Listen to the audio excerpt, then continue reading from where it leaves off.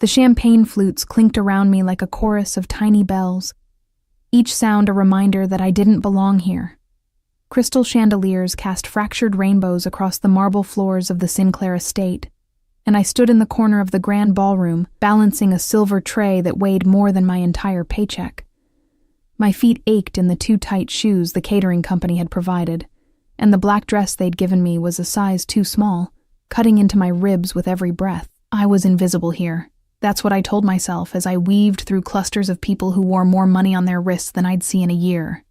The air smelled of expensive perfume, aged scotch, and something else, power maybe. The kind that made the hairs on my neck stand up. More champagne. A woman with diamonds dripping from her ears snapped her fingers at me without even looking at my face. "Of course, ma'am." I forced a smile and refilled her glass, my hand steady despite the exhaustion pulling at my bones. I'd been on my feet for 6 hours, and the night was far from over. This was my 3rd catering gig this week. Between my day job at the diner and these evening events, I barely slept. But rent didn't pay itself, and my mother's medical bills kept piling up like autumn leaves. So I smiled, I served, and I disappeared into the background. Then I felt it, a shift in the air, like the temperature had dropped 10 degrees. The conversations around me didn't stop exactly, but they changed, became quieter, more careful. I glanced toward the main entrance and saw them. 3 men in perfectly tailored black suits, moving through the crowd like sharks through water. People parted for them without being asked. But it was the man in the center who made my breath catch. He was tall enough that I had to tilt my head back to see his face properly. Dark hair, styled with a kind of casual precision that screamed money. His suit was black, expensive enough that I could tell from across the room, and it fit him like it had been sewn onto his body. But it wasn't the clothes that made my stomach twist. It was the way he moved, predatory, controlled, like he owned every inch of space he occupied, and the way everyone watched him, with fear barely disguised as respect. I looked away quickly, focusing on my tray. This wasn't my business. These weren't my people. I just needed to get through the next 2 hours, collect my pay, and go home. "Careful," another server whispered as she passed me. "That's Dante Moretti." The name meant nothing to me, but the warning in her voice did. I kept my head down, moving along the perimeter of the room, refilling glasses and collecting empty plates, but I could feel eyes on me, his eyes maybe, though I told myself I was being paranoid. Why would someone like that even notice someone like me? I was backing away from a group of laughing guests when it happened. My heel caught on the edge of an ornate rug. I stumbled, and the tray tilted. Time slowed as I watched a full glass of red wine arc through the air, tumbling end over end in a perfect spiral. It landed with a splash that seemed to echo in the sudden silence. All over the front of an impeccably white suit jacket. My heart stopped. I looked up, and up, and up, until I met eyes so dark they looked black in the chandelier light. Cold, assessing, dangerous.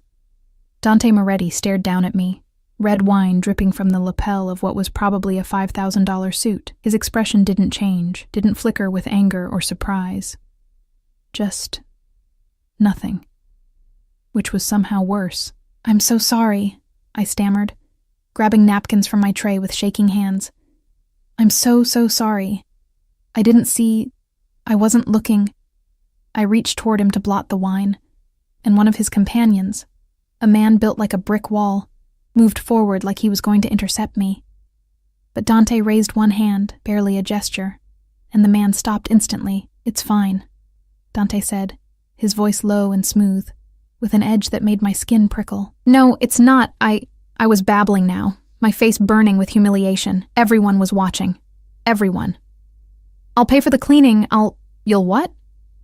His eyebrow arched slightly. "Do you have any idea what this suit costs?"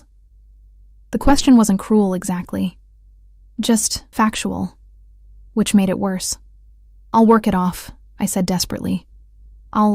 Whatever it takes. I'm so sorry." He studied me for a long moment, and I felt like an insect under a microscope. Then his lips curved into something that wasn't quite a smile. "You work for Sinclair Catering?" "Yes, tonight." I mean, I'm contracted for tonight. I was still holding the napkins uselessly. Please, I need this job. I can't afford to lose it. Something flickered in those dark eyes. Interest? Amusement? I couldn't tell. What's your name? Emma. Emma Chen. The words tumbled out before I could think better of giving this man any information about myself. Well, he plucked the napkins from my trembling fingers and handed them to the brick wall man. You're right. You can't afford to lose your job, but you also can't afford to replace my suit.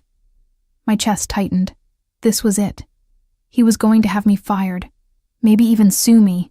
My mother's face flashed through my mind, pale, weak, hooked up to machines I was already struggling to pay for.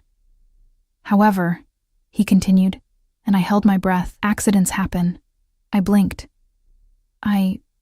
What? You heard me. He adjusted his cufflinks. Platinum, I noticed stupidly, and the wine-stained jacket didn't seem to bother him at all.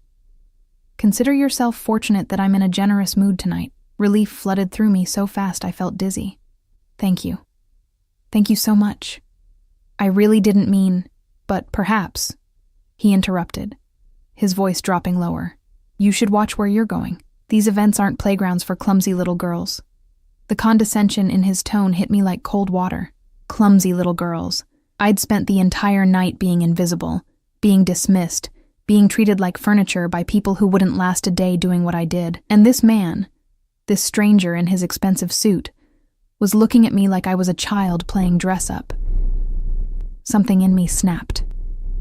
I'm not clumsy, I said, my voice sharper than I'd intended. I've been on my feet for 6 hours serving people who don't even see me as human. Maybe if you and your friends didn't take up half the walkway, I wouldn't have had to navigate around you.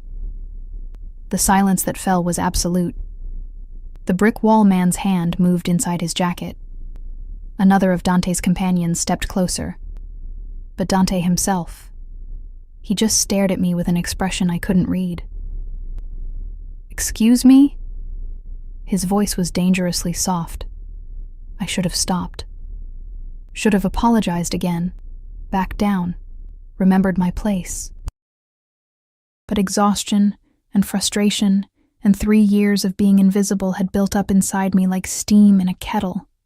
You're acting like I ruined your life over a wine stain, I continued, my hands clenched into fists. It's just a suit. You probably have 50 more at home.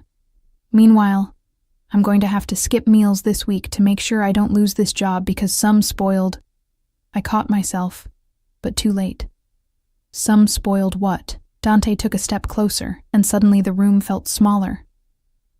He smelled like sandalwood and something darker, dangerous. Please, finish your thought. My survival instincts were screaming at me to shut up, to run, to do anything but keep talking. But my mouth had disconnected from my brain. Some spoiled rich guy who's probably never worked a real day in his life is looking down on me like I'm nothing. The words hung in the air between us. One of his men muttered something in Italian that sounded like a prayer or a curse. But Dante's expression didn't change. He just studied me with those bottomless dark eyes, like he was trying to solve a puzzle. Then he smiled. It was a terrible smile, all teeth and no warmth. Spoiled, he repeated, tasting the word. That's refreshing. Most people are more careful with their words around me. Maybe most people don't have anything to lose, I shot back, even though my heart was hammering against my ribs. Oh, Emma Chen. He said my name like he was memorizing it.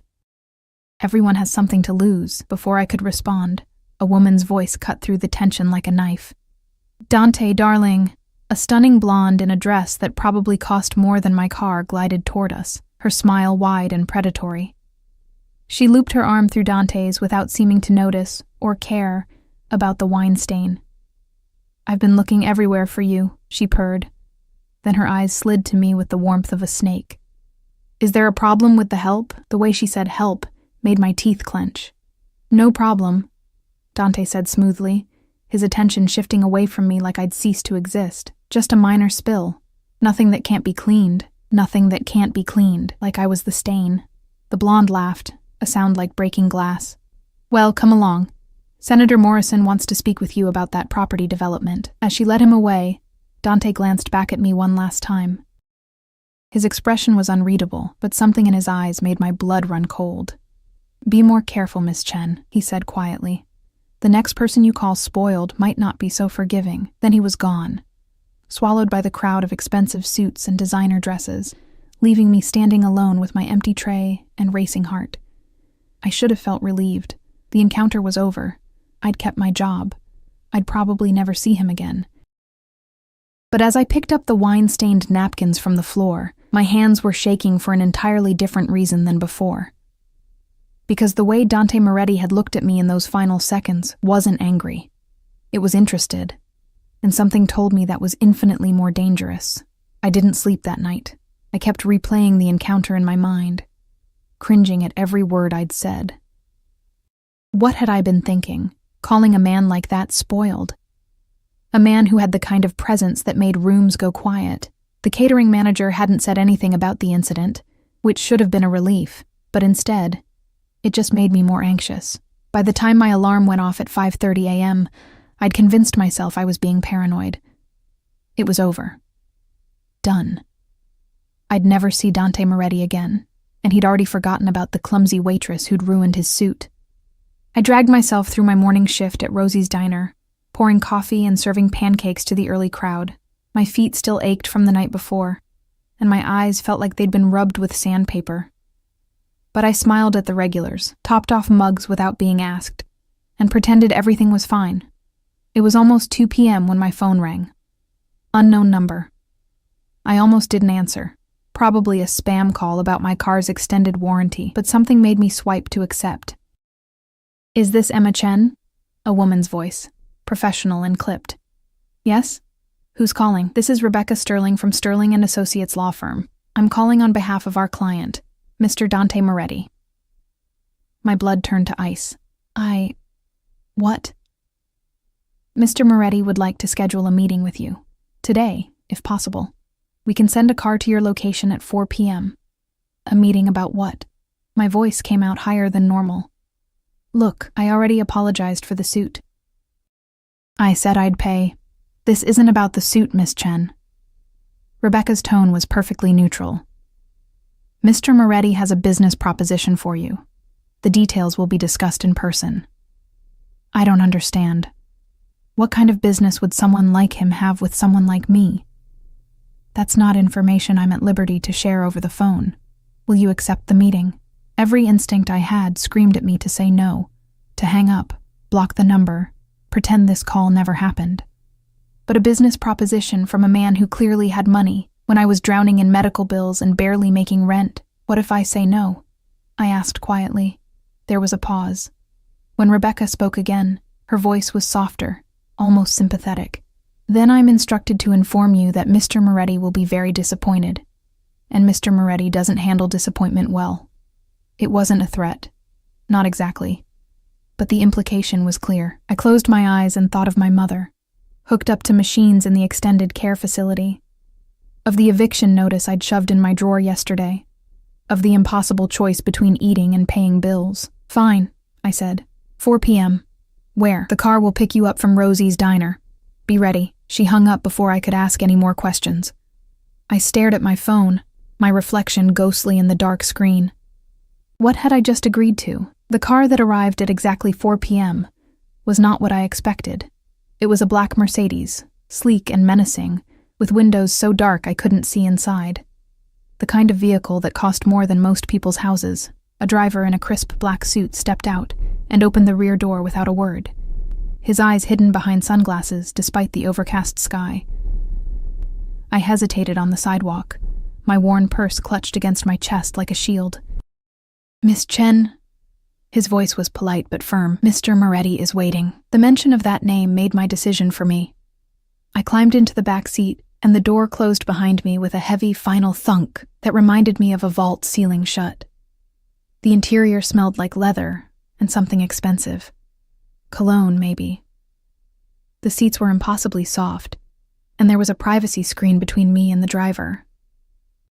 As we pulled away from the diner, I watched the familiar streets of my neighborhood disappear through the tinted windows, replaced by increasingly upscale buildings.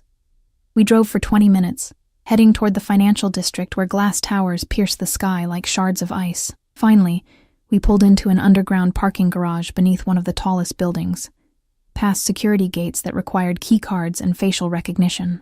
The driver opened my door, and I stepped out onto polished concrete that gleamed under fluorescent lights. He gestured toward a private elevator with brass doors. "Penthouse level," he said. "You're expected." The elevator ride was silent except for the soft classical music playing from hidden speakers. I watched the numbers climb, 10, 20, 30, 40, until they stopped at PH. The doors slid open with a whisper. I stepped into a foyer that looked like something from an architecture magazine. Floor-to-ceiling windows overlooked the entire city, the late afternoon sun painting everything gold. The floors were dark hardwood, the furniture minimal and expensive. Modern art hung on the walls, originals, I was sure, not prints. And standing by the windows, hands in his pockets, was Dante Moretti. He'd changed from last night's wine-stained suit into charcoal gray, equally expensive. His dark hair was slightly tousled, like he'd run his hands through it recently. When he turned to face me, those black eyes found mine immediately. "Emma Chen." He said it like a statement, not a question. "Thank you for coming." Did I have a choice? The words slipped out before I could stop them. One corner of his mouth lifted. "There's always a choice. You made yours." I stayed near the elevator, my fingers finding the strap of my purse. "Your lawyer said you had a business proposition. What could you possibly want from me?" "Direct. I appreciate that." He moved away from the windows, each step deliberate and measured. "Can I offer you something to drink? Water? Wine?" His eyes glinted with dark humor. "I promise not to wear it this time." "I'm fine. I'd just like to know why I'm here." He studied me for a long moment, then gestured to a sleek leather couch. "Sit, please." It wasn't really a request. I perched on the edge of the couch, my back straight, ready to bolt if necessary. Dante sat in the chair across from me, close enough that I could see the gold flecks in his dark eyes, the shadow of stubble along his jaw. "Let me tell you a story," he began, his voice low and smooth. "About a man who built an empire from nothing, who clawed his way up from the streets, who made deals with devils to protect what was his. This man has enemies, powerful ones, enemies who would love nothing more than to see him fall." I swallowed hard. "Why are you telling me this?" "Because context matters, Emma. This man needs something that money can't buy. He needs legitimacy, respectability, the kind that comes from the right connections, the right appearances." His eyes never left mine. "He needs a wife." The words hung in the air between us like smoke. I laughed. I couldn't help it. A short, disbelieving sound. "You're not serious." "I'm always serious."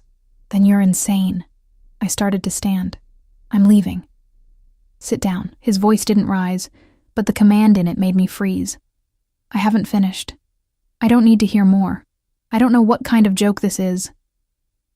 "Your mother is at St. Catherine's Extended Care Facility," he interrupted, and my blood turned to ice. "Stage 4 lung cancer. The treatment is experimental, not covered by insurance. Your bills are currently at $237,000 and climbing. You work 3 jobs, the diner, catering, and weekend shifts at a convenience store. Your rent is 2 months overdue. You have $17 in your checking account." Horror crawled up my spine. "How do you—" "I make it my business to know things." He leaned forward, elbows on his knees, and the movement brought him closer. Too close. Especially when someone interesting crosses my path. "Interesting?" I choked out. "I spilled wine on you and called you spoiled." "That's not interesting, that's just stupid." "It's honest. Do you know how rare that is in my world? Everyone wants something, everyone has an angle. But you—" He tilted his head, studying me like I was a painting in a museum. "You looked at me like I was just another entitled, rich asshole. No fear, no calculation, just anger. Is that what this is about? Your ego couldn't handle being called out?" "My ego is perfectly intact." That dangerous smile again. "This is about opportunity, for both of us." I shook my head. trying to process what was happening. You want me to marry you, a complete stranger, because I was rude to you at a party. I want you to marry me because I need a wife who appears genuine, who has a compelling story. The daughter of immigrants, working herself to death to save her mother. It's perfect. The press will eat it up. My associates will see it as me settling down, becoming more stable.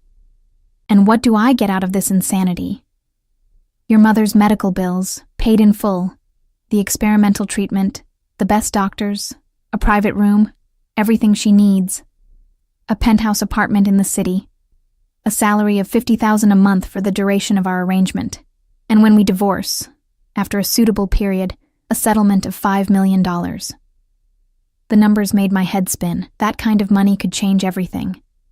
My mother could live. I could breathe. I could sleep without nightmares about eviction notices and debt collectors. This is insane, I whispered. This is business. Why me? You could have anyone. Someone from your world, someone who knows how to... That's exactly why not them. He stood, moving to a bar cart and pouring himself 2 fingers of amber liquid. Anyone from my world comes with baggage, expectations, family alliances I don't need. You're clean. Simple. And after last night, I know you won't bore me. I called you a thug last night, I said, the memory surfacing. When you walked away with that blonde, I heard myself say it to another server. He paused, glass halfway to his lips, then laughed. A real laugh, dark and rich. Did you? I didn't hear that part, though it's not inaccurate. So you are... I couldn't say it. Couldn't voice what I suspected. Careful, Emma. He took a sip of his drink. Some things are safer left unspoken. My hands were shaking. I pressed them together in my lap. What would this marriage actually entail? Public appearances, charity events, dinners with my associates. You'd live here, in this penthouse. We'd need to appear convincing, affectionate in public. But your private life would remain your own. Separate bedrooms. No expectations beyond the performance. For how long? 2 years. Long enough to serve its purpose.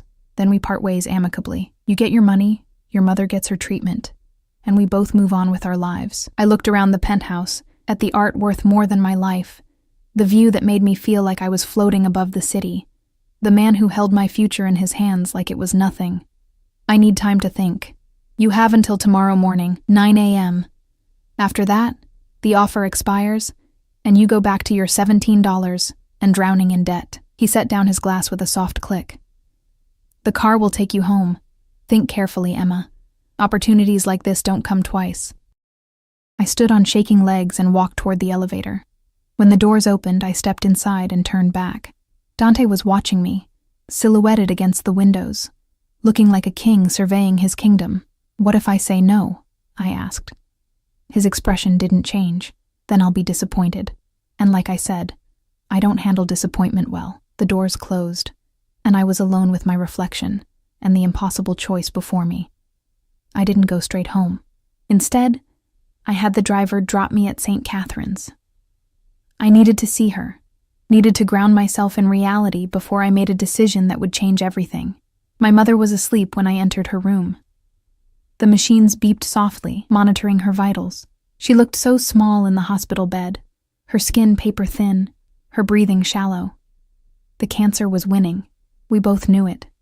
The experimental treatment was a long shot, but it was the only shot we had, and I couldn't afford it. I sat in the chair beside her bed and took her hand. It was cool and fragile, like bird bones. "Hey, Mom," I whispered.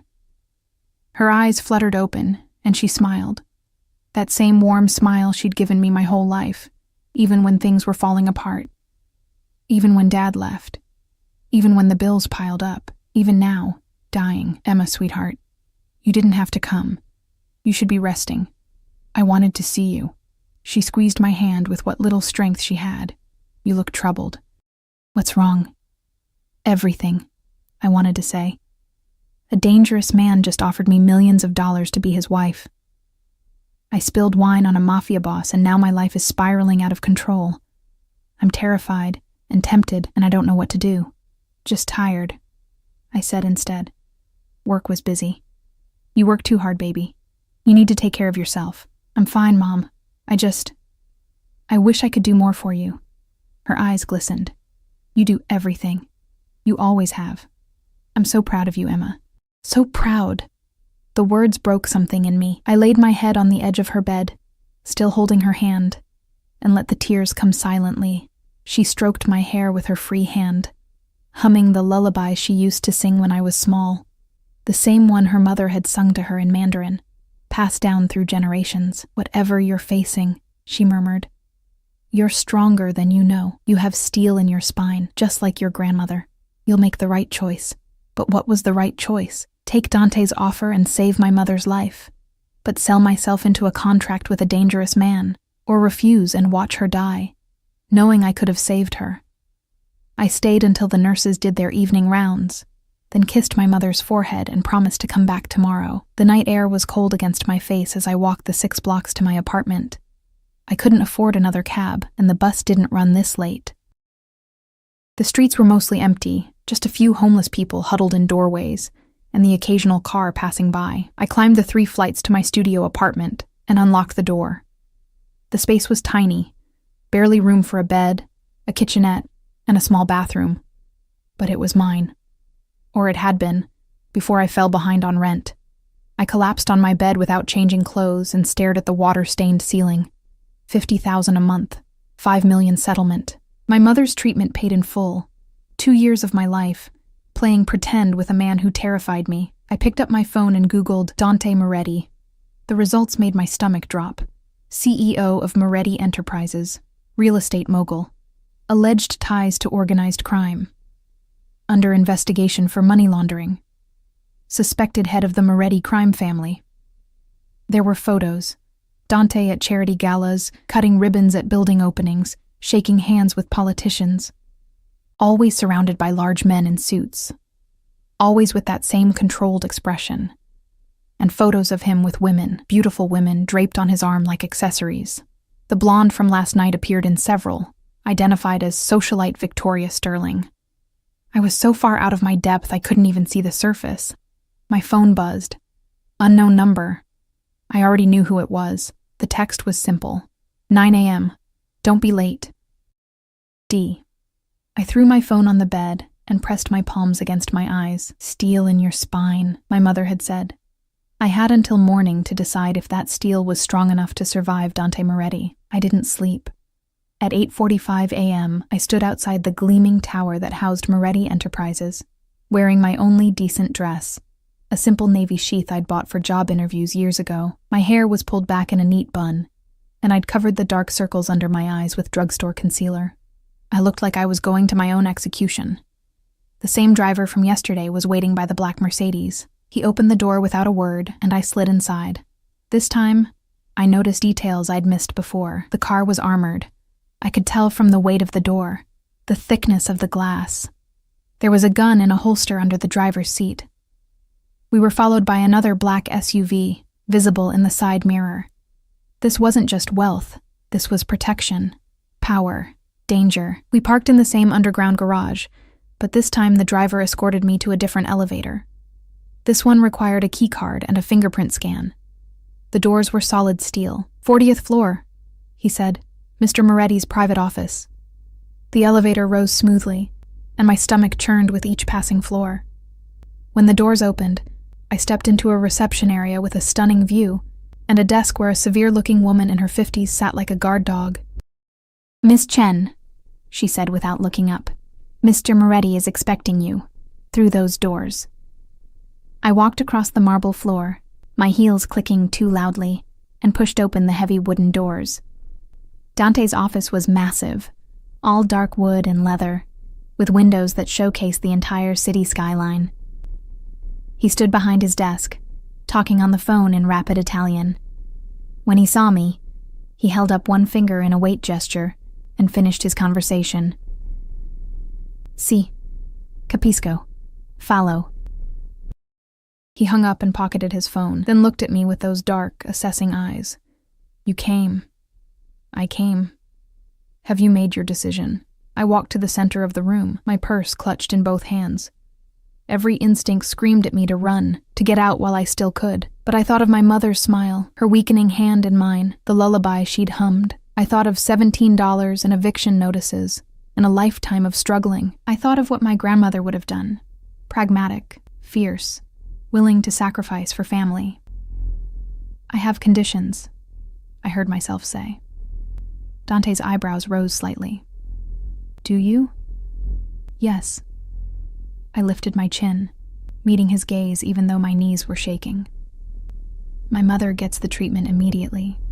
I want that in writing before I sign anything. And I want to visit her whenever I need to, no restrictions. Done. I keep working at the diner. I'm not going to just sit around playing housewife. His jaw tightened. Absolutely not. My wife doesn't serve pancakes. Then I guess you don't have a wife. I turned toward the door. Wait. The word cracked like a whip. I stopped but didn't turn around. I heard him move, felt him approach until he was close enough that I could smell that sandalwood scent again. Why is the diner so important? Because it's mine. The only thing in my life that's real, that I chose. If I'm going to sell myself to you for 2 years, I keep that one piece of who I am. Silence. Then, 3 days a week. Morning shifts only. And you quit the other jobs. I turned to face him. We were too close. I could see the tiny scar above his left eyebrow, the exact shade of darkness in his eyes. Fine. Anything else? I want my own bank account, not joint, not controlled by you. I want my own money. You'll have an allowance. No. I stepped closer, surprising even myself. I won't be dependent on you handing me cash like a child. I want my own account, my salary deposited there, under my control. Something flickered in his eyes. Respect? Surprise? Very well. He pulled his phone out and typed something quickly.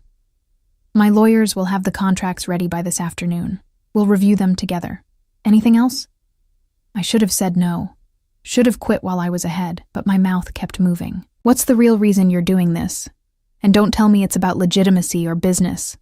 A man like you doesn't need to get married for that. Dante was quiet for a long moment. Then he turned away, moving to the windows, his hands in his pockets. My father built an empire, he said finally, but he built it in blood and shadows. When he died, he left me a choice. Continue his work, or let everything he sacrificed for crumble. I chose to continue, but times are changing. The old ways don't work anymore. If I want to expand, to move into legitimate businesses, I need to appear domesticated, trustworthy. So I'm window dressing.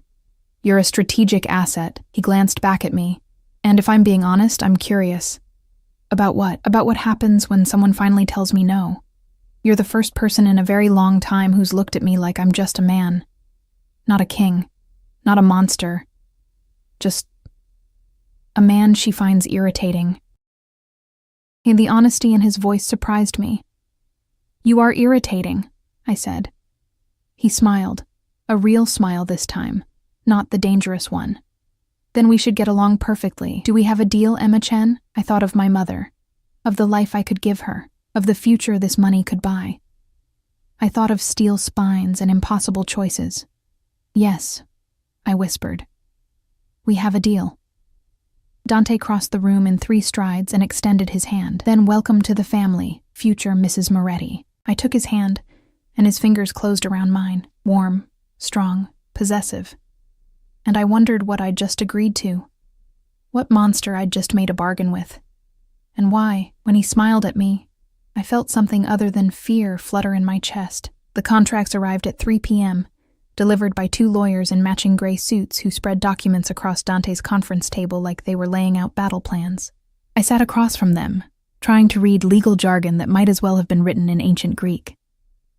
This section outlines the financial arrangements, one lawyer explained, pointing to a page dense with numbers. $50,000 per month, deposited on the first of each month into an account solely in your name. The initial deposit of $100,000 will be made today, as a signing bonus. $100,000, more money than I'd ever seen in my life. And here, the second lawyer flipped to another section. The medical provision, all expenses related to your mother's care, including the experimental treatment, specialists, medications, and facility fees, will be covered by Mr. Moretti's private medical fund. No caps, no limits. I looked up at Dante, who sat at the head of the table, watching me with that unreadable expression. "You're really doing this. I honor my agreements," he said simply. "What about after, when we divorce?" "The settlement. $5 million. Paid in full within 30 days of the divorce being finalized. Plus, you keep any assets acquired during the marriage in your name, including the apartment we'll set up for you." My head spun. This was really happening. "There's also this clause," the first lawyer said, his tone careful. "Regarding discretion. You agree not to discuss Mr. Moretti's business affairs with anyone during or after the marriage. Not family, not friends. What you see, what you hear, it stays private. What if I see something illegal?" The room went very quiet. Dante leaned forward, elbows on the table. "You won't. I keep my business and my personal life separate. But if you're asking whether you'll be expected to lie to the police or commit crimes, no. That's not what this is about. Then what is it about? Privacy. My world is dangerous, Emma. The less you know, the safer you are. Trust me on that." I didn't trust him. Not even a little bit. But I also didn't have much choice. Fine. What else? We went through page after page. The living arrangements. I'd move into the penthouse within the week. Public appearances. At least 2 per month. More during election seasons or major business events. Social media. I'd need to maintain accounts, post occasionally about our relationship, but a team would help manage it. "And this," the second lawyer said, sliding a separate document toward me. "The prenuptial agreement. In the event of divorce, you waive any claim to Mr. Moretti's existing assets or business holdings. You receive the agreed-upon settlement, nothing more." "I don't want his business," I said. "I just want what we agreed to. Sign here. And here. And here." My hand shook as I picked up the pen. This was it. The moment everything changed, I thought of my mother in that hospital bed. Thought of the eviction notice. Thought of drowning in debt for the rest of my life. I signed. Dante signed after me, his signature a bold slash across the page. Then he stood and extended his hand again. "Congratulations, fiancé. When's the wedding?" I asked, my voice hollow. 2 weeks. Small ceremony, immediate family only. Then a larger reception for business associates. 2 weeks? I can't plan a wedding in 2 weeks. You won't have to. I have people for that. He checked his watch. "Speaking of which, they'll be here in an hour." "What people?" "Wedding planner, personal shopper, hair and makeup consultant. You'll need a full wardrobe. My wife can't be seen in," he gestured vaguely at my navy dress. Heat flooded my cheeks. "There's nothing wrong with my clothes. There's nothing wrong with a Honda Civic either, but I don't drive one." He softened slightly, seeing my expression. "Emma, this isn't personal. It's part of the image we're selling. You need to look the part of your trophy wife, the part of someone who belongs in my world. Even if it's temporary." I wanted to argue, wanted to tell him to take his money and his condescension and shove it. But I'd already signed the contracts, already taken the first step into the cage. "Fine," I said tightly, "but I'm keeping my diner uniform." Something that might have been amusement flickered across his face. Fair enough. The next 3 hours were a whirlwind of measurements, fabric swatches, and people talking at me like I was a mannequin instead of a person. The wedding planner, a tiny woman named Patricia with an iPad and an iron will, asked me questions about flowers and centerpieces that I had no answers for. "Whatever you think is best," I kept saying, until Dante finally intervened. "Patricia, Emma is trusting your expertise. Keep it elegant, simple. No ice sculptures or doves or whatever Instagram trend is happening this week." "Of course, Mr. Moretti." Patricia made notes. "What about the color scheme? Gold and ivory," he said without hesitation. "Next question." He made decisions with the same efficiency he probably used to run his empire. Quick, decisive, final. And somehow, without asking my opinion on any of it, he managed to choose things I actually liked. The personal shopper, Marco, was a different story. "Darling, we need to update everything," he declared, circling me like a shark. The hair, the makeup, the wardrobe, all of it. I like my hair, I protested. It's lovely, but it's hiding you. We need to show you off. He ran his fingers through my long black hair, pulling it this way and that. Layers. Maybe some subtle highlights to bring out your bone structure. No. Emma. I said no. You can style it however you want for events, but you're not cutting it or dyeing it. Marco looked at Dante, clearly expecting backup. Instead, Dante shrugged. She said no. Move on. The surprise on Marco's face almost made me smile. We spent another hour going through photographs of dresses, shoes, bags. Every time Marco suggested something too revealing or too flashy, I vetoed it, and every time, Dante backed me up. She needs to look sophisticated, not desperate, he told Marco. Think old money, not new. By the time everyone left, I was exhausted. I slumped on Dante's office couch, my head spinning with details and decisions and the reality of what I'd committed to. Dante poured 2 glasses of wine and handed me one. You held your own today. Did I have a choice? There's always a choice. You could have let them steamroll you. Most women in your position would have. Most women in my position aren't being forced into a fake marriage with a crime boss. Alleged crime boss, he corrected with a slight smile. And you're not being forced. You agreed. There's a difference. I took a long sip of wine. It was good. Probably expensive. Everything in his world was expensive. When do I move in? Friday. That gives you 3 days to handle your current apartment. Say goodbye to your neighbors. Pack what you want to bring. What if I don't have anything worth bringing? Then we start fresh. He sat in the chair across from me, close enough that our knees almost touched.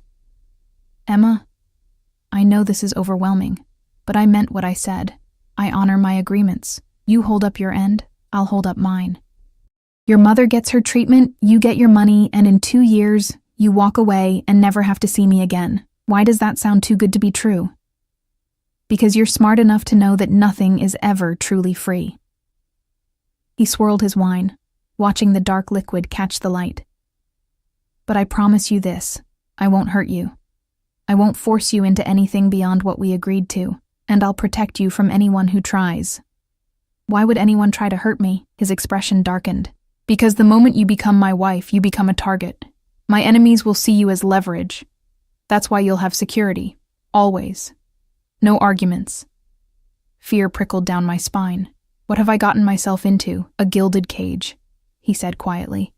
But at least it's gilded. Friday came too quickly. I'd spent 3 days in a daze, packing my few belongings, saying goodbye to my apartment building, explaining to my mother that I'd met someone and was moving in with him. The lie tasted bitter on my tongue. But the joy in her eyes when I told her about the new treatment plan made it worth it. I'm so happy for you, sweetheart, she'd said, squeezing my hand. You deserve someone who takes care of you. If only she knew the truth. The moving truck Dante sent was comically large for my possessions. 3 boxes of clothes, some books, a few photos. Everything I owned fit in a corner of the truck bed. When I arrived at the penthouse, there were people everywhere. Interior designers rearranging furniture. A tech team installing new security systems. Staff bringing in racks of clothes. My new wardrobe, delivered while I was gone. And Dante, in the middle of it all, orchestrating chaos with calm efficiency. Your room is ready, he said when he saw me. Second door on the left. The master is at the end of the hall. Where will all these people be living? I asked, gesturing at the staff. They don't live here. They're just setting up. By tonight, it'll be just us. Just us. The thought made my stomach flip. He showed me to my room, and I stopped in the doorway, stunned. It was bigger than my entire former apartment. A king-sized bed with silk sheets. A walk-in closet already filled with clothes. A bathroom with a tub big enough to swim in. This is too much, I whispered. This is the standard. For my wife. He said it matter-of-factly, like he was discussing the weather. The closet is stocked with basics. Marco will bring more options tomorrow. There's a laptop on the desk if you need to work. The Wi-Fi password is taped to it. I set my 3 pathetic boxes on the floor, suddenly feeling like a child playing dress-up. Emma.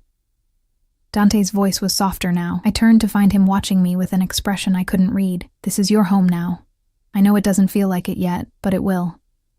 Take time to settle in. Rest. We have dinner with my lawyer at 8 to go over the final wedding details. But until then, the penthouse is yours. Where will you be? In my office. I have work. He paused at the door. If you need anything, just ask. There's an intercom system. Press the button by the bed and someone will come. Someone? Who? Staff? Housekeeper, chef, security, take your pick. He left me alone in my gilded prison. I unpacked slowly, hanging my cheap clothes next to designer pieces that cost more than I used to make in a month. I put my mother's photo on the nightstand, arranged my books on the shelf, romance novels and thrillers, worn and dog-eared from multiple readings. Then I sat on the edge of the bed and let myself cry, not because I regretted my choice, but because my old life was gone, packed into 3 boxes and swallowed by this new existence. I was Emma Chen, future wife of Dante Moretti. Trophy, asset, prisoner in silk and gold. A knock on the door made me wipe my eyes quickly. Yes? A woman in her 60s entered, wearing a simple black dress and a kind smile. Miss Chen? I'm Margaret, the housekeeper. Mr. Moretti asked me to check if you needed anything. I'm fine, thank you. I've prepared some tea in the kitchen, and there's lunch if you're hungry. She hesitated. It can be overwhelming, all of this, but it gets easier, you'll see. Have you worked for him long? 10 years. He's a good man, Miss Chen. Complicated, yes. Dangerous to his enemies, certainly, but good to those under his protection. She smiled. And now that includes you. After she left, I wandered to the kitchen and found the tea.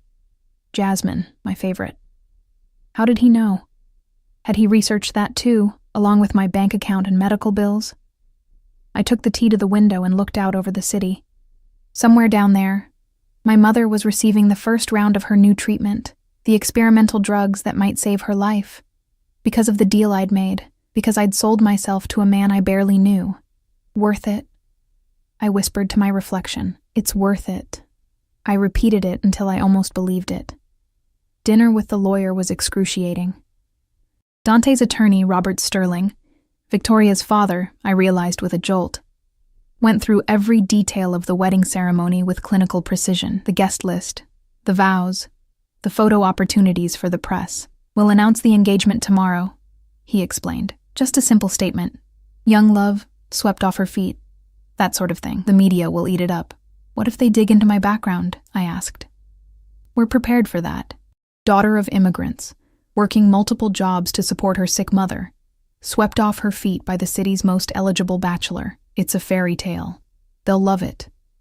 Dante sat beside me, his hand resting on the back of my chair. Possessive, proprietary, playing the role already. What about Victoria? I asked quietly. Won't she have something to say about this?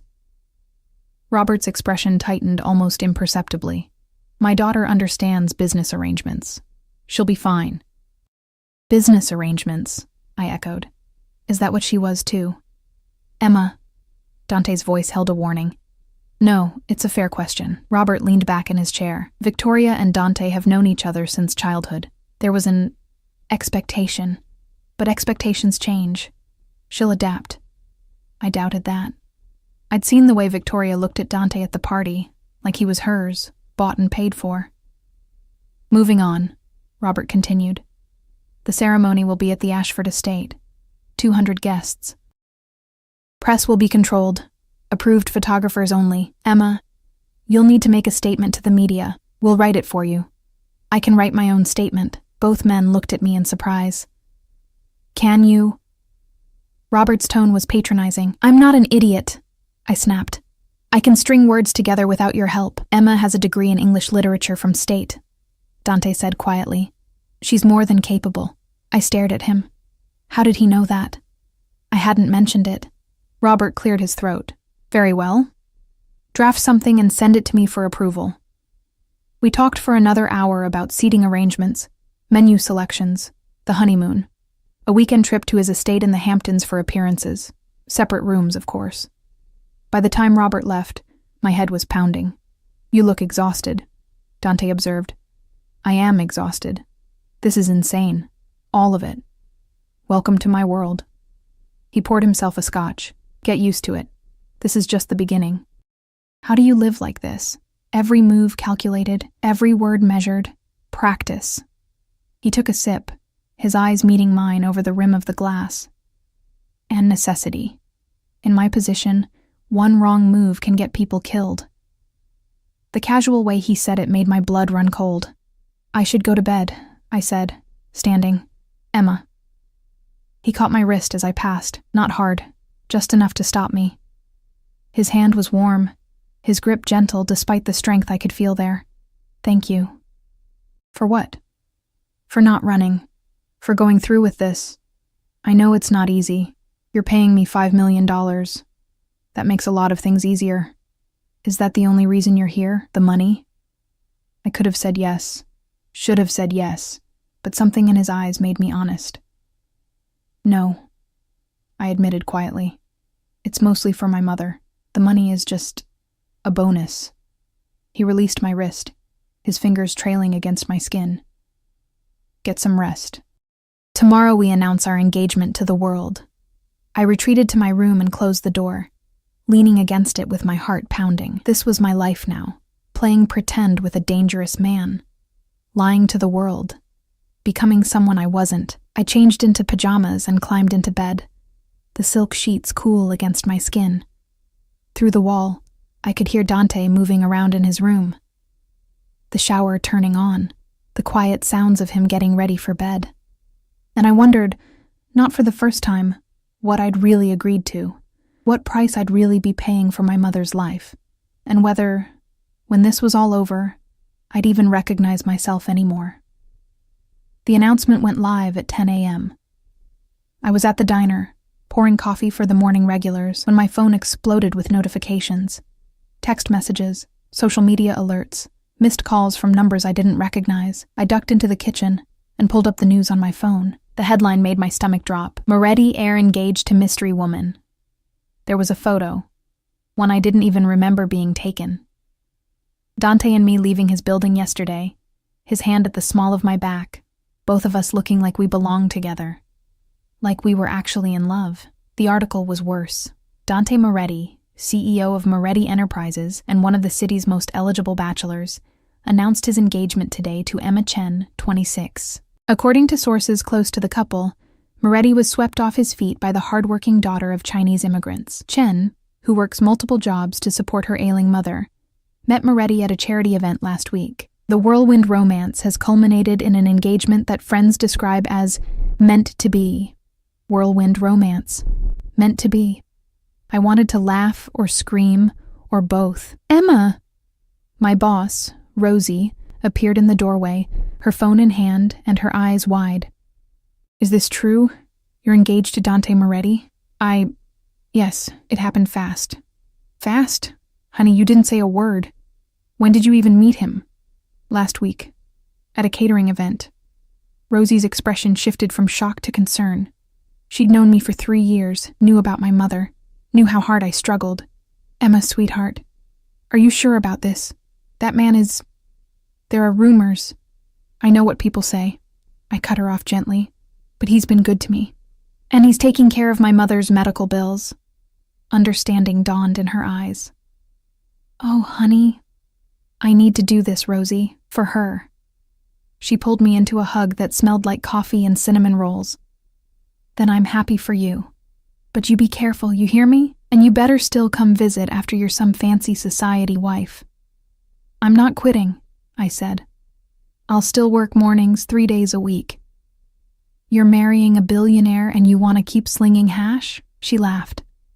You're something else, Emma Chen. The rest of my shift was a blur of customers asking questions, congratulations I didn't deserve, and pitying looks from people who'd read between the lines.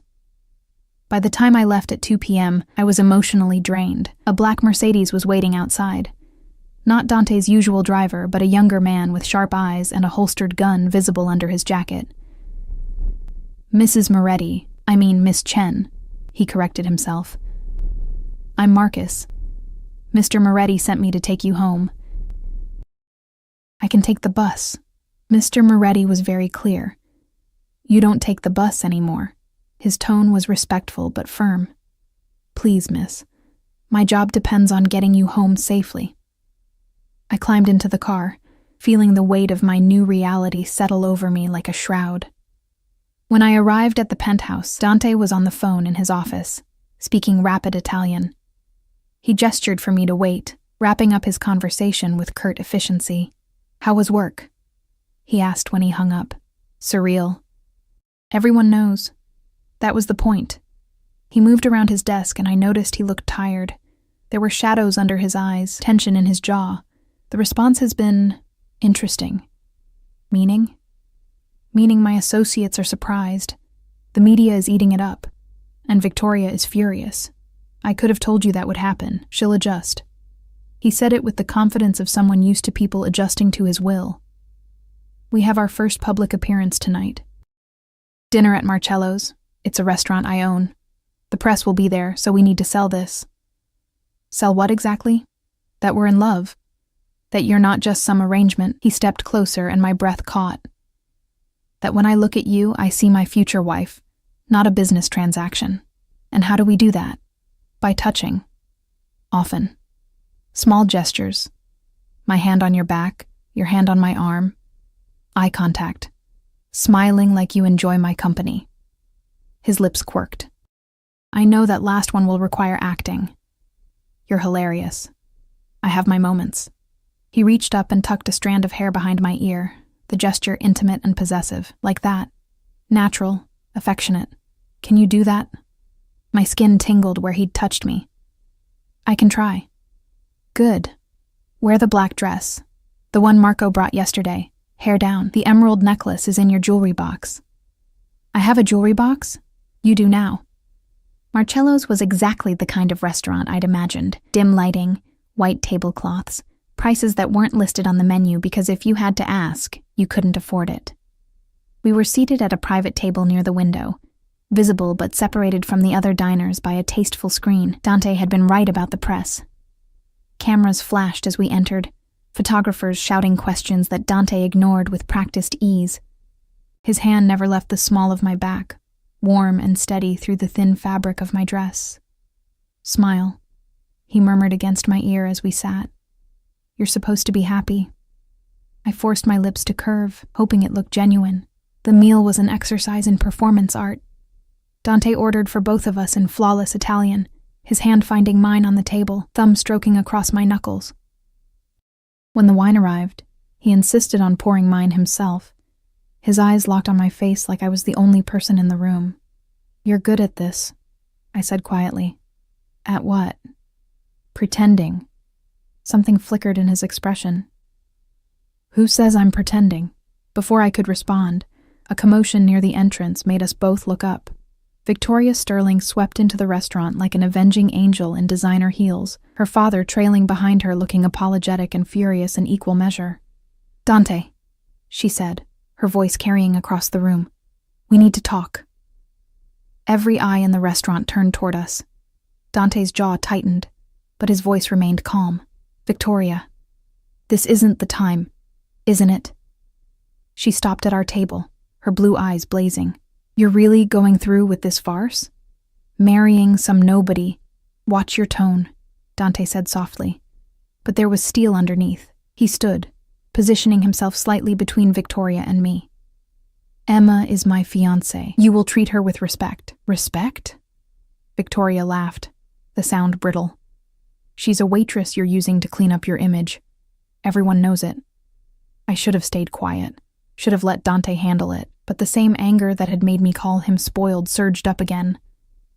"If I'm such a nobody," I said, standing to face her, "why are you so threatened?" Her perfectly made-up face flushed. "I'm not threatened by you." Could have fooled me. I kept my voice level, channeling every ounce of dignity I had. "But then again, I'm just a waitress. What do I know?" Victoria's hand twitched like she wanted to slap me. Dante moved faster, catching her wrist mid-swing. "Enough." His voice was quiet but absolute. "Robert, take your daughter home. Now." "Victoria, please." Robert Sterling stepped forward, his face pale.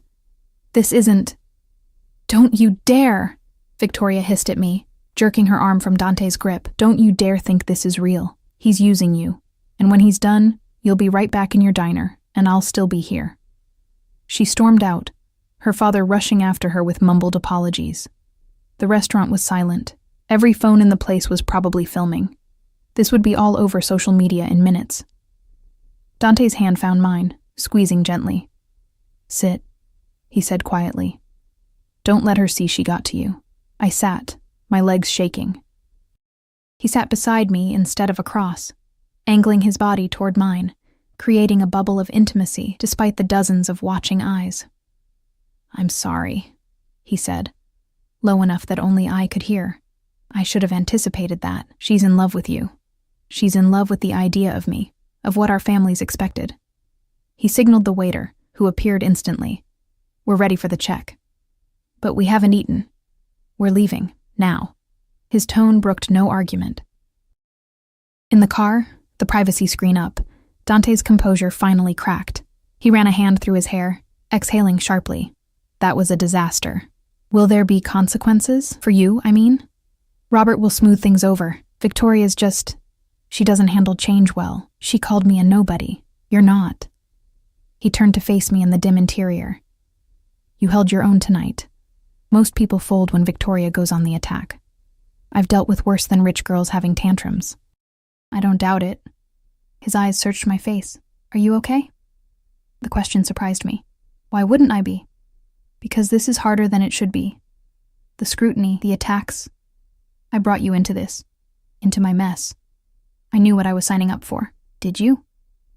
He reached up, and I thought he was going to touch my face, but he stopped just short, his hand hovering in the space between us.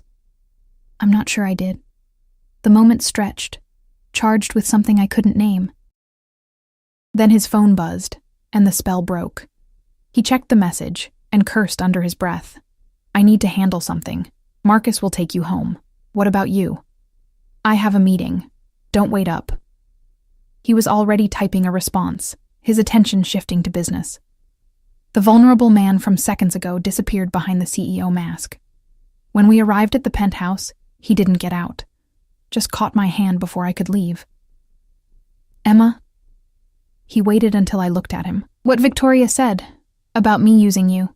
Isn't that exactly what you're doing?" His thumb brushed across my knuckles, maybe at first. "But you're not what I expected." "What did you expect?" "Someone easier, softer, more pliable." A slight smile. "You're none of those things. Sorry to disappoint. You haven't." He released my hand. "Get some rest. Tomorrow we have dress fittings." I climbed out of the car and watched it pull away, my hand still tingling where he'd touched it. Upstairs, the penthouse felt too big, too quiet. Margaret had left dinner in the kitchen, some pasta dish that probably had a fancy Italian name I couldn't pronounce. I ate mechanically, staring at my phone as the internet dissected my encounter with Victoria. Moretti engagement was trending. People were taking sides, some defending me as the real woman who'd captured Dante's heart, others calling me a gold digger who'd trapped him. Victoria's fans were vicious, but so were Dante's. I turned off my phone and went to bed, but sleep wouldn't come.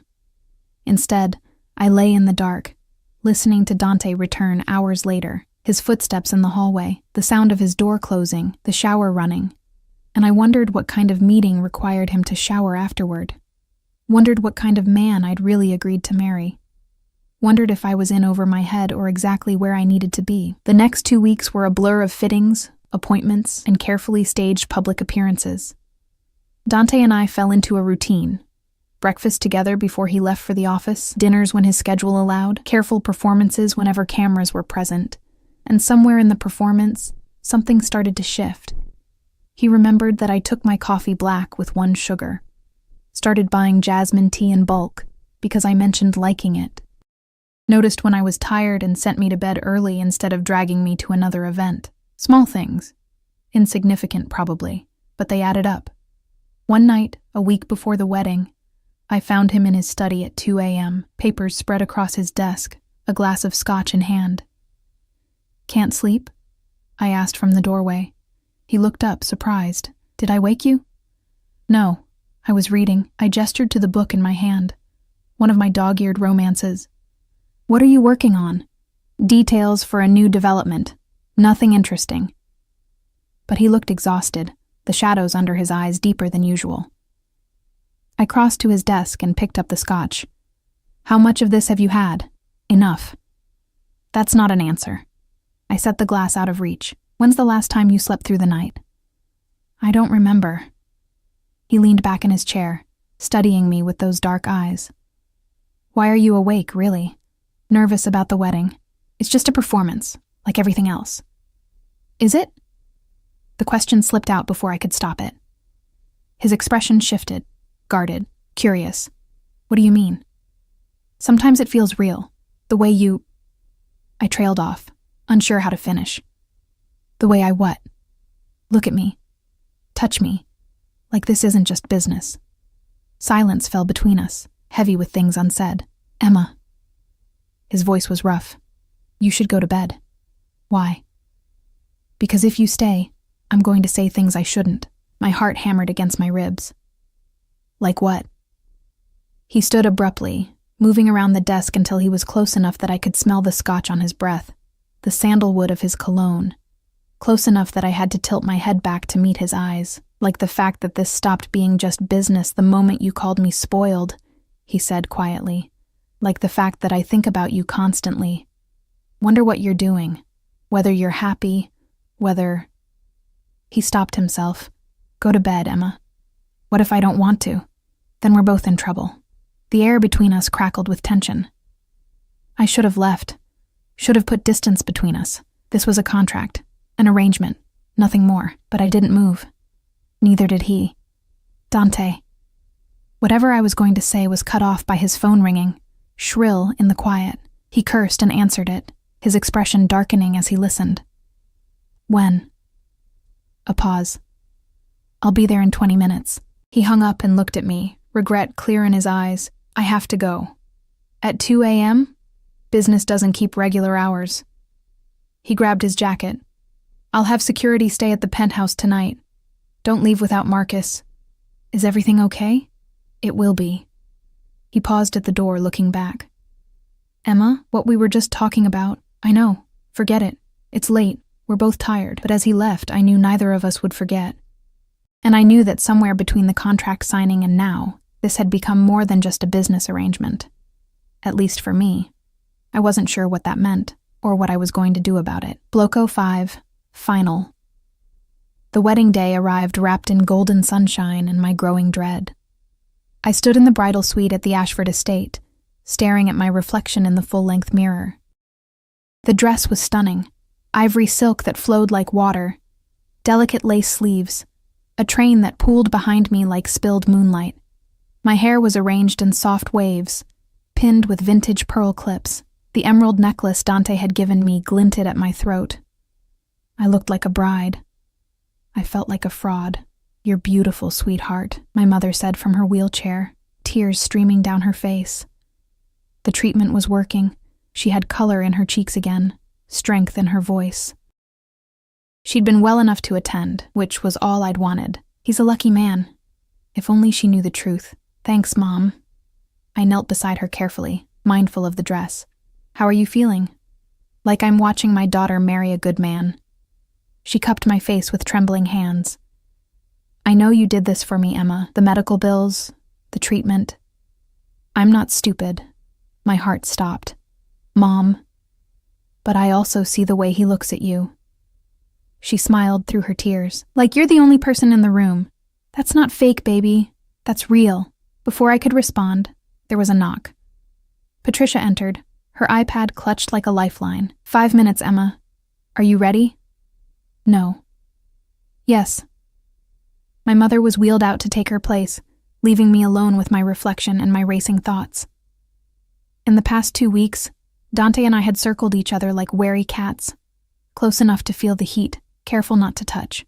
After that night in his study, he'd pulled back, become professional again, but I'd catch him watching me when he thought I wasn't looking, and the intensity in his gaze made my breath catch.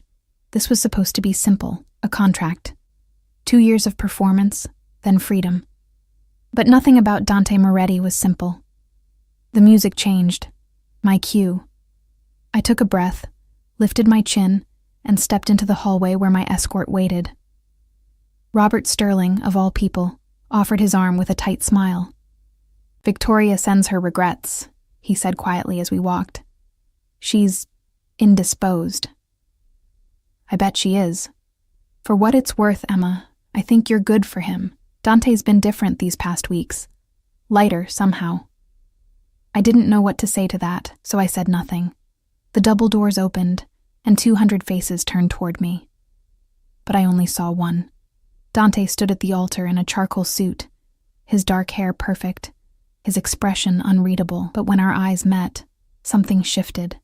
His mask cracked just for a second, and what I saw underneath made my knees weak. Hunger, possessiveness, and something that looked terrifyingly like real emotion. I walked down the aisle on autopilot, hyper-aware of the cameras, the whispers, the weight of so many watching eyes. When I reached the altar, Robert placed my hand in Dante's. His fingers closed around mine, warm, steady, real. "You look beautiful," he murmured, low enough that only I could hear. "You clean up okay yourself." That dangerous smile flickered across his face. The ceremony was a blur. I recited vows I'd memorized but didn't mean. Promises of love and devotion and forever. Dante's voice was steady, his responses perfectly delivered. The performance was flawless. Until the moment the officiant said, "You may kiss the bride." Dante's hand came up to cup my face, his thumb brushing my cheekbone. "Last chance to run," he whispered. "Too late now." "Yes," he agreed. "It is." Then he kissed me. It was supposed to be simple. A brief press of lips for the cameras, but the moment his mouth touched mine, something ignited. His other hand found my waist, pulling me closer. My fingers curled into his jacket. The kiss deepened, became something real and raw, and entirely inappropriate for a church. When we finally broke apart, both breathing hard, the crowd erupted in applause, but all I could see was the look in Dante's eyes. No mask, no performance, just pure, unfiltered want. "Mrs. Moretti," he said, and the name sounded like a promise and a threat, all at once. The reception was held in the estate's grand ballroom, all crystal and gold, hundreds of guests in designer clothes, champagne flowing like water. Dante and I moved through the crowd like we'd been doing this our whole lives, his hand never leaving the small of my back, my smile never faltering. We danced for the cameras, his arms around me, his breath warm against my ear. "You're doing well," he said. "So are you." "Oscar-worthy performance. Is that what you think this is?" I looked up at him, searching his face. "Isn't it?" Before he could answer, a commotion near the entrance drew everyone's attention. The music stopped. Conversations died. A man entered. Tall, silver-haired, in an expensive suit that screamed old money, but it was the menace that rolled off him in waves that made my skin crawl. He was flanked by 4 men who looked like they ate nails for breakfast. Dante's entire body went rigid, his hand on my waist tightened almost painfully. "Marco Santini," he said quietly, and I heard the barely controlled rage in his voice. "Who?" "My father's old partner, my enemy." He released me, stepping forward. "Stay here," but I grabbed his arm. "Dante?"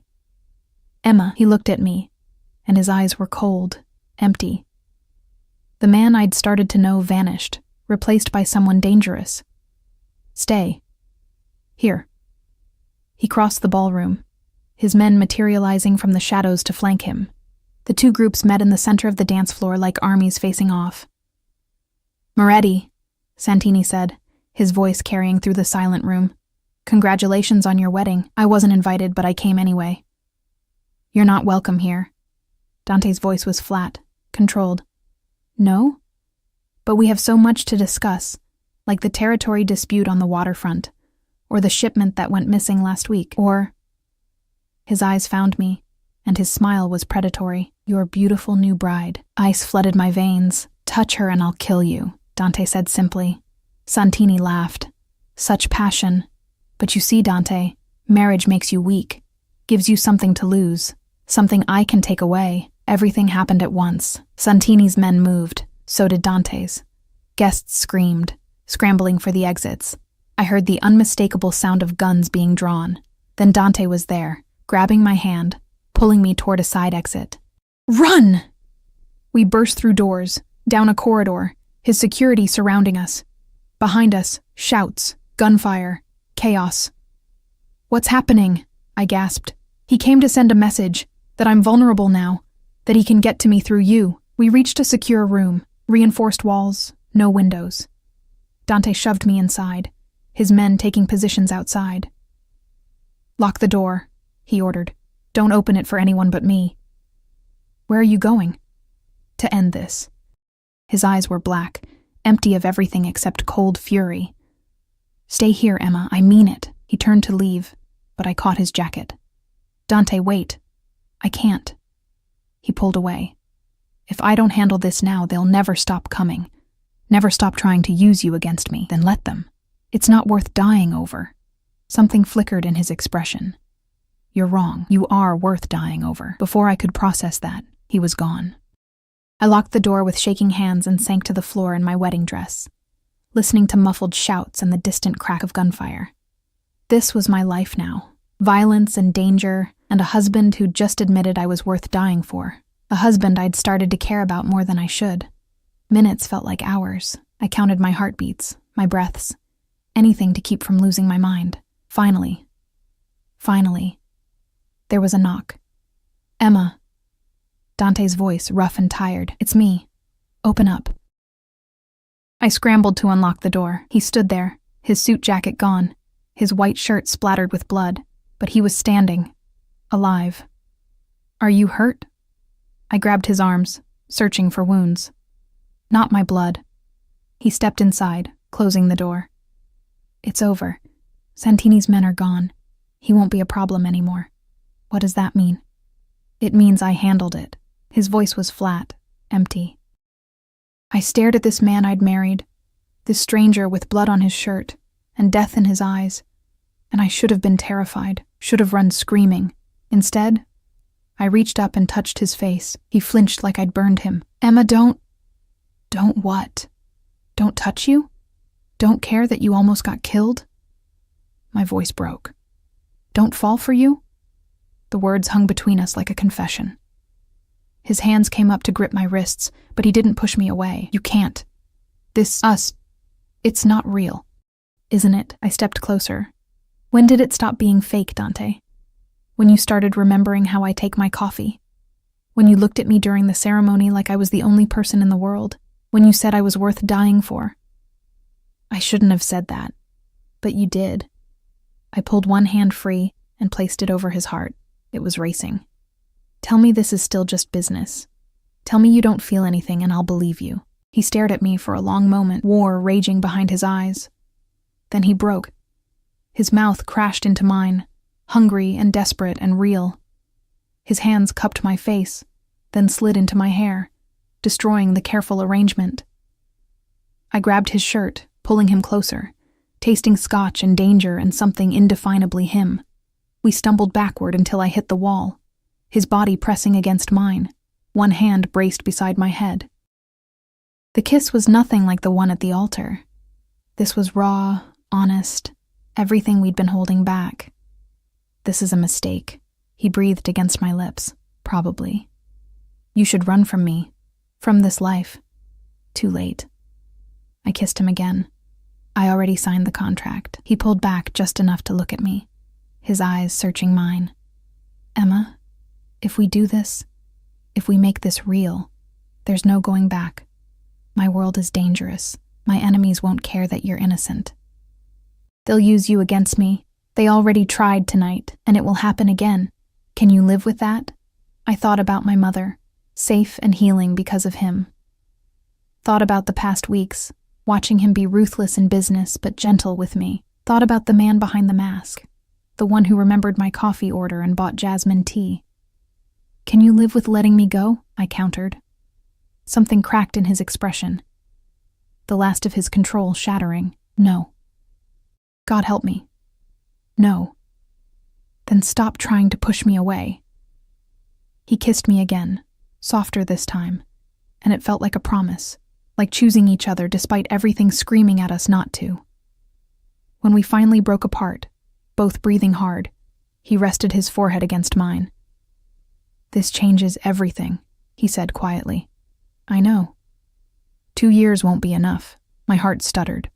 What? I don't want a temporary wife, Emma.